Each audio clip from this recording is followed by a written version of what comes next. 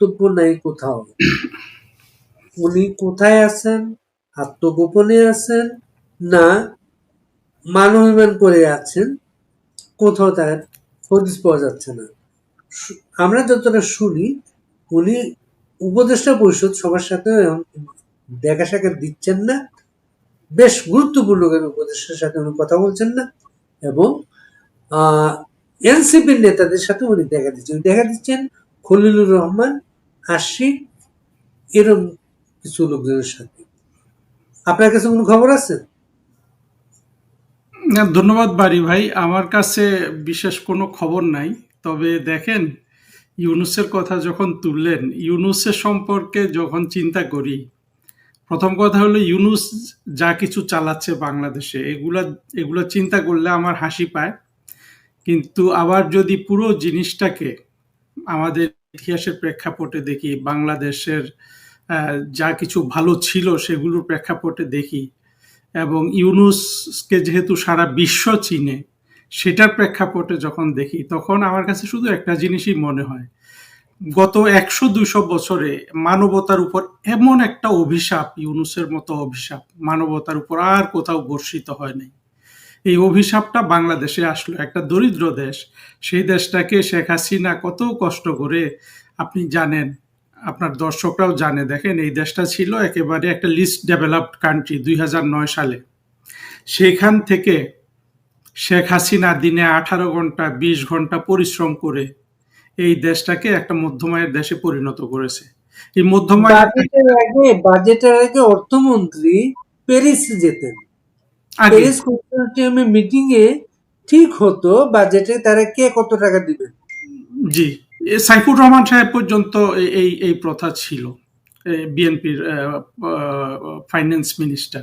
আমি যেটা বলতে চাচ্ছি, দেখেন এই দেশটাকে শেখ হাসিনা একটা উন্নত জায়গায় নিয়ে আসছিলেন, তাকে এই দেশটাকে উনি একটা মধ্যমায়ের দেশে পরিণত করেছিলেন, এবং মধ্যমায়ের দেশের জন্য ওনার ভিশন 221 ছিল, অর্থাৎ ২০২১ সালের মধ্যে। সেটা তার আগেই তিনি করেছেন। তারপরে এই দেশটাকে একটা উন্নত রাষ্ট্রে তৈরি করার জন্য তার একটা ভিশন ছিল শেখ হাসিনা, সেটা ছিল ভিশন 2041, অর্থাৎ ১৯৪১ সাল নাগাদ বাংলাদেশকে উনি একটা ধনী দেশ, মানে আপনি যেখানে আছেন অস্ট্রেলিয়া, কানাডা, এগুলোর মতো শিল্পোন্নত একটা দেশে পরিণত করার একটা ভীষণ উন্নত ছিল। আবার বাংলাদেশের চারিদিকে আপনার দক্ষিণ দিকে যে সাগর, সেই সাগরে যে বাংলাদেশের অনেকাংশ তলিয়ে যাওয়ার সম্ভাবনা ছিল, সেইটাকে প্রজেক্ট করে উনি একটা ভিশন 2002, মানে হলো ২১০০ বছরের একটা প্ল্যান দিয়েছিলেন, যেখানে আপনার দক্ষিণাঞ্চলে এমন ধরনের অবকাঠামো তৈরি করা হবে যেটা নেদারল্যান্ডের মতো, সমুদ্রের উচ্চতা বাড়লেও বাংলাদেশের ১ ইঞ্চি জমিও সমুদ্রের নিচে যাবে না। আপনি চিন্তা করতে পারেন, ৩টা ভিশন একটা প্রধানমন্ত্রী তৈরি করেছেন।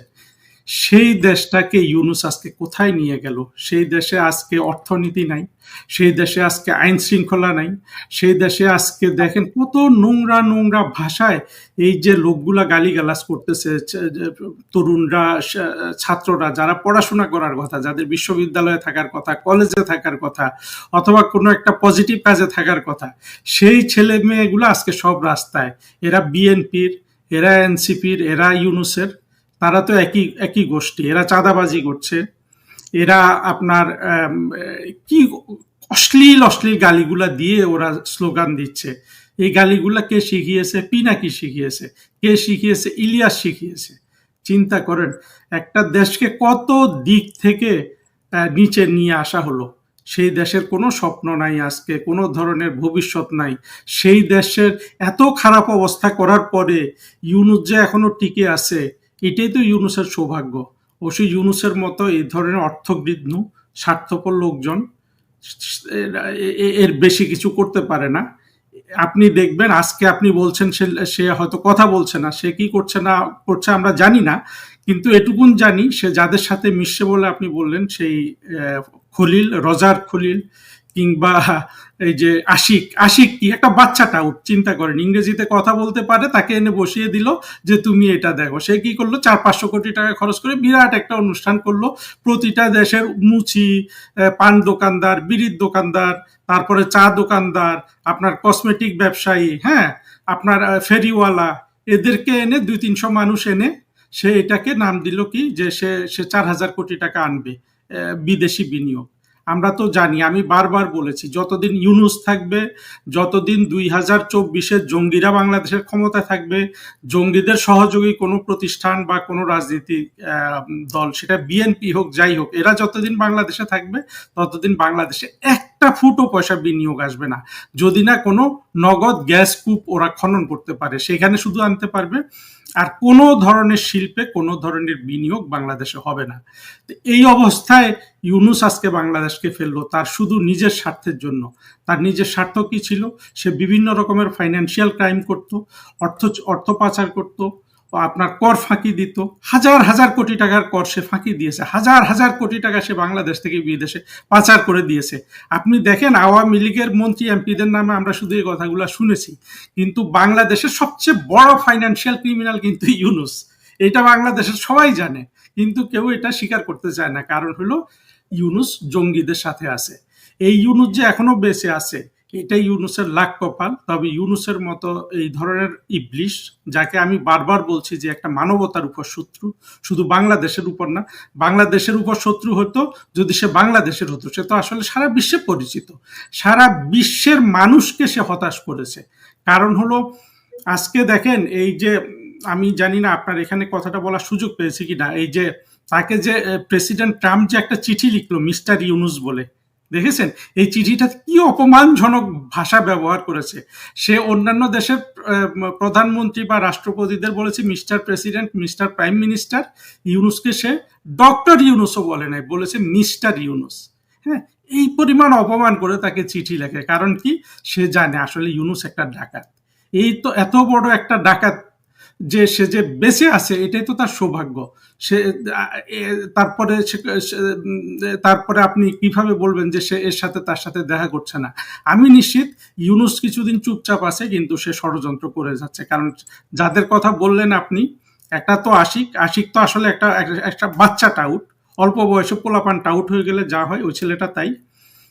অল্প বয়সে পিতা মাতার বিগড়ে যাওয়া একটা ছেলে, ওই প্লেন থেকে ঝাঁপ দিয়ে সে 4,000 কোটি টাকা নিয়ে আসে। চিন্তা করেন বাংলাদেশটাকে এরা কতভাবে ধর্ষণ করছে। আপনি মুচি এনে, আপনি পান দোকানদার এনে, আপনি বিড়ির দোকানদার এনে, আপনি চা দোকানদার এনে, আপনি ওই যে ছোট ছোট দোকান করে ফেরিওয়ালা এনে আপনি 400-500 কোটি টাকা খরচ করে ফেলবেন একটা রাষ্ট্রের, আর বলবেন যে আমি 4,000 কোটি টাকা নিয়ে আসছি। এত বড় ধাপ্পা আপনি দিবেন আর আপনার কোনো শাস্তি হবে না? আর একটা বললেন খলিল তো একেবারে, আমি তাকে 24 বছর ধরে তার নাম জানি, তাকে চিনি, তাকে আমি কখনো দেখি নাই, কিন্তু আমরা ফরেন মিনিস্ট্রির অফিসাররা সবাই জানতাম যে আমাদের একজন টাউট ছিল, সেই টাউটটাকে খলিল। এই খলিলের সাথে এখন আপনি বলছেন ইউনূস কথা বলে। ওকে, ইউনূস যা তাই পাইছে, খলিল পাইছে, তারপরে আশিক পাইছে। তবে ইউনূসের শেষটা দেখার জন্য আমি অপেক্ষা করছি। এই ধরনের মন্দ লোক শুধু বাংলাদেশের জন্য না, ইউনূস যে অত্যন্ত একটা ক্ষতিকর বস্তু, এটা আমাদের প্রমাণ করতে হবে। ইউনূসের গল্প আমাদের লিখতে হবে, কারণ পৃথিবীতে দ্বিতীয় ইউনূস যেন আর